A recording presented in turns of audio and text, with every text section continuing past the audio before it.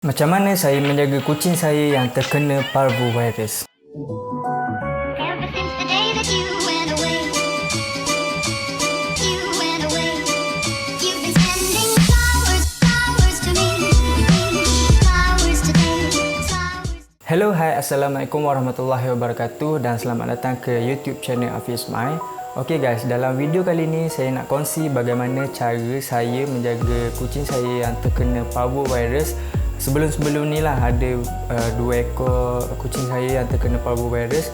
Jadi di kesempatan ini saya nak berkongsi lah dengan anda semua. Mana tahu info-info yang saya bagi tahu ni bergunalah kepada owner-owner kucing di luar sana yang baru saja menghadapi penyakit ini. Okey. Jadi guys, untuk video ni saya sebenarnya sambungan daripada video yang sebelumnya saya ada buat tu tentang kucing saya yang terkena parvovirus.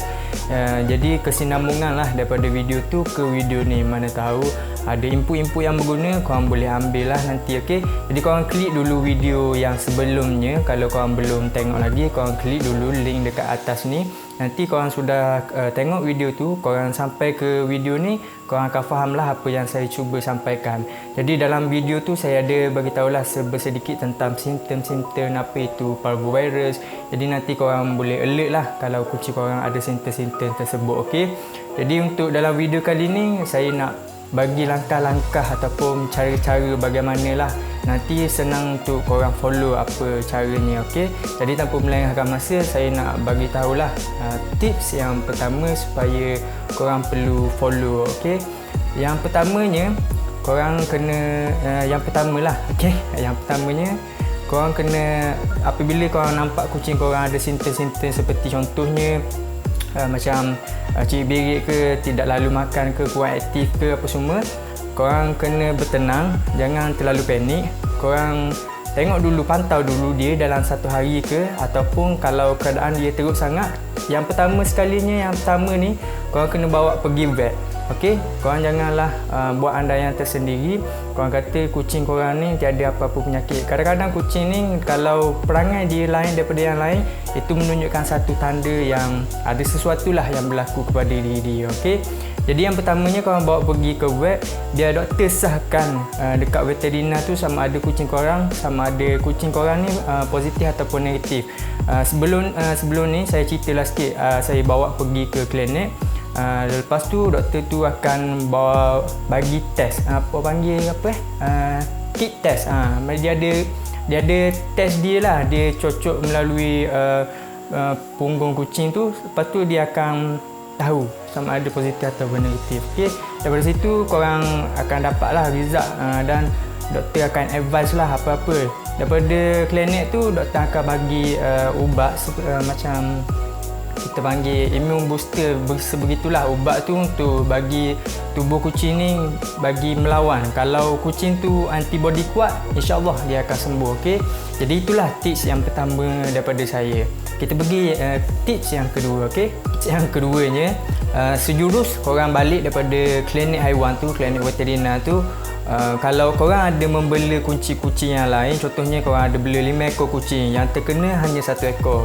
Daripada yang 1 ekor tu korang bawa balik ke rumah, korang asingkan terus daripada yang lain. Faham tak maksud saya? Maksud saya di sini, kalau kucing korang yang kena 1 ekor, yang 4 ekor lagi korang asingkan dalam sangkar yang lain. Letak dia berjauhan daripada yang terkena virus ni. Sebab virus ni dia sangat cepatlah merebak. Takut nanti kalau kita tahu yang ni positif, dalam jangka masa kita nak rawat dia menyakiti kucing-kucing yang lain. Jadi kesianlah kucing-kucing yang lain tu. Sebab kalau kita sayangkan kucing-kucing yang lain, kita ambil langkah berjaga-jagalah. Sebab sebelum ni ada saya baca dalam FB community yang akak-akak ataupun abang-abang yang membeli kucing tu, kadang-kadang dia tak sempat nak alihkan, kucing-kucing yang lain terkena juga. Jadi kesianlah kucing-kucing yang lain, dan kesian juga kan lah diri kita sendiri, sebab nanti kita akan rasa sedih. Jadi kalau dah rasa sedih ni, kita akan rasa down lah sikit. Jadi itulah langkah yang kedua yang korang boleh ambil. Okey. Jadi kita pergi langkah yang ketiga. Untuk langkah yang ketiganya geng, saya akan bagi makan dan minum kucing tu secara paksa. Orang panggil force food lah. Jadi kalau nampak kucing tu kurang bermaya dan tidak makan dengan sendirinya, korang kena paksa dia tu makan dan minum. Korang kena bagi makan dan minum supaya dia ada tenaga untuk melawan balik apa yang jadi dalam diri dia tu. Nak bagi dia antibody kuat, korang kena paksa dia makan dan minum. Kalau untuk makanan tu, korang boleh beli dekat pet shop lah. Jangan bagi yang bentuk kibbles tu.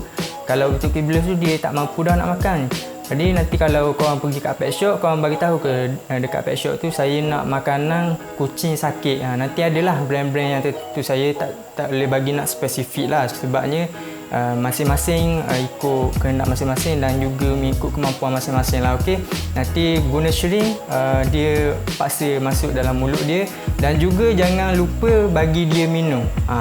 Jangan lupa bagi dia minum. Bagi minum air rumput helikopter ke, ataupun bagi air kelapa muda ke, ataupun bagi air biasa ke, jangan lupa bagi minum. Okey, sebab kalau tubuh dia tidak mengandungi air, bagaimana dia nak melawan? Seperti manusia juga, kalau tiada air dalam tubuh kita tidak bermaya untuk melawannya. Jadi korang kena paksa dia makan dan minum. Korang kena pantaulah dia berdisiplin. Jangan acuh tak acuh lah, sebab kalau kucing sakit ni dia perlukan lebih perhatian daripada kucing-kucing yang lain. Okey, kucing-kucing yang aktif tu, kalau kita letak je makanan, automatik dia akan akan pergi makan. Jadi kucing-kucing yang sakit ni dia tidak bermaya, jadi kita tolonglah dia. Okey, kita pergi ke tips yang keempat. Okey guys, kita pergi ke yang keempat. Okey, yang keempat ni, korang kena sentiasa mop lantai korang dengan Clorox. Okey, kalau yang Clorox tu saya ada terbaca dalam posting sebelumnya lah. Sebelum ni kan saya ada baca posting. Jadi selepas pada saya baca tu, saya tahulah semasa saya jaga kucing saya tu, dia kata dalam nisbah 3:1.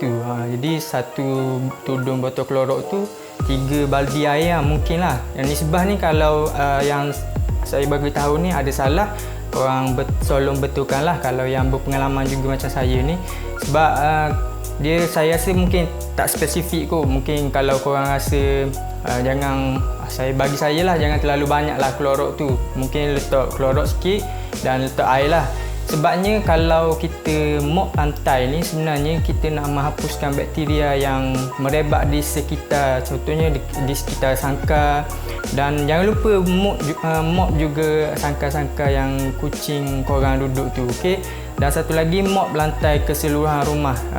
Misal kata kucing yang positif tu dia pergi merata ke sekitar dalam rumah, jadi kita lap tempat yang dia lalu tu, supaya kucing-kucing yang lain datang ke tempat tu, dia tidak mudahlah virus tu merebak ke kucing yang lain. Sebabnya kita ambil langkah berjaga-jaga dahulu supaya kucing-kucing yang lain terjaga juga, dan dalam masa yang sama kita menjaga kucing kita yang sakit tu.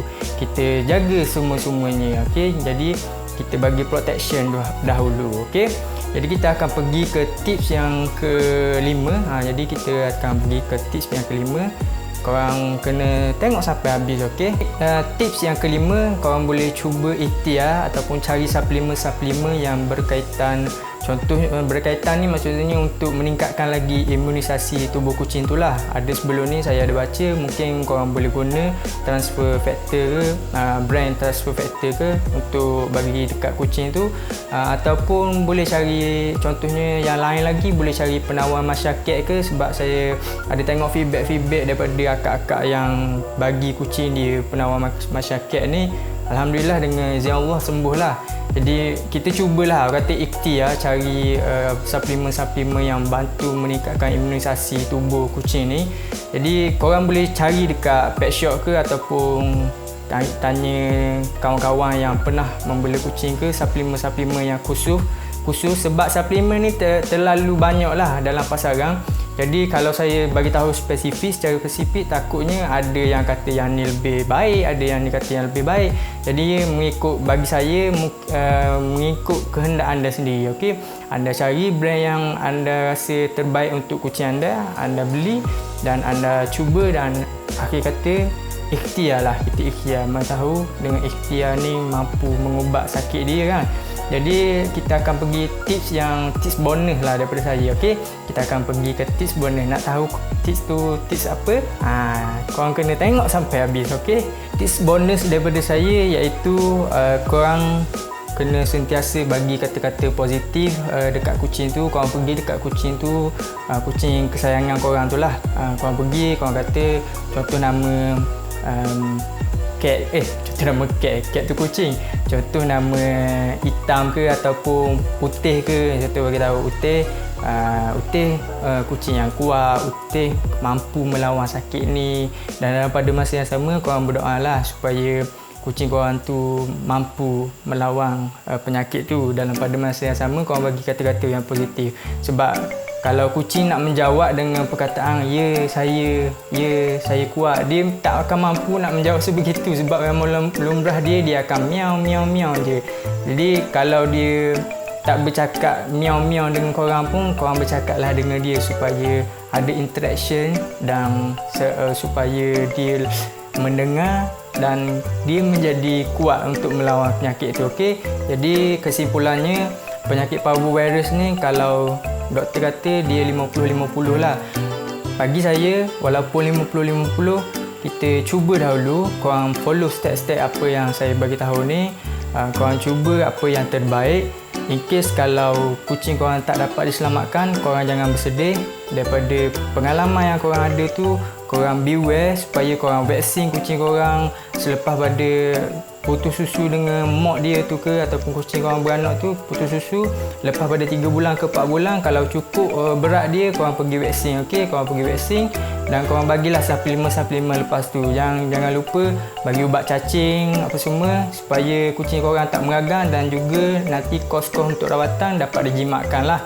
Walaupun penyakit parvovirus ni agak sukar dirawat, memang doktor kata 50-50, tapi bagi saya seperti mana yang saya mention tadi, korang kena usaha dulu.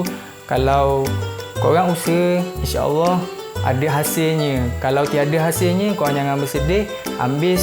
Ambil pengalaman ni untuk dijadikan suatu pengajaran daripada masa hadapan. Apabila korang membela kucing yang lain, korang dah ada ilmu. Daripada ilmu yang korang ada tu, korang terapkan dan korang share juga kepada teman-teman yang lain. Sekiranya kawan-kawan anda di sekitar ingin membela kucing, korang bagi tahu dia supaya dia alert juga apa yang penyakit-penyakit yang boleh menyerang kucing ni. Okey, jadi saya rasa setakat itu saja video saya pada hari ini. Salah dan silap tu datang daripada saya. Yang baik tu korang ambil sebagai input. Nanti kalau korang nak tambah dekat bawah, korang boleh komen dekat bawah. Okey, kita jumpa lagi. Assalamualaikum. Bye bye.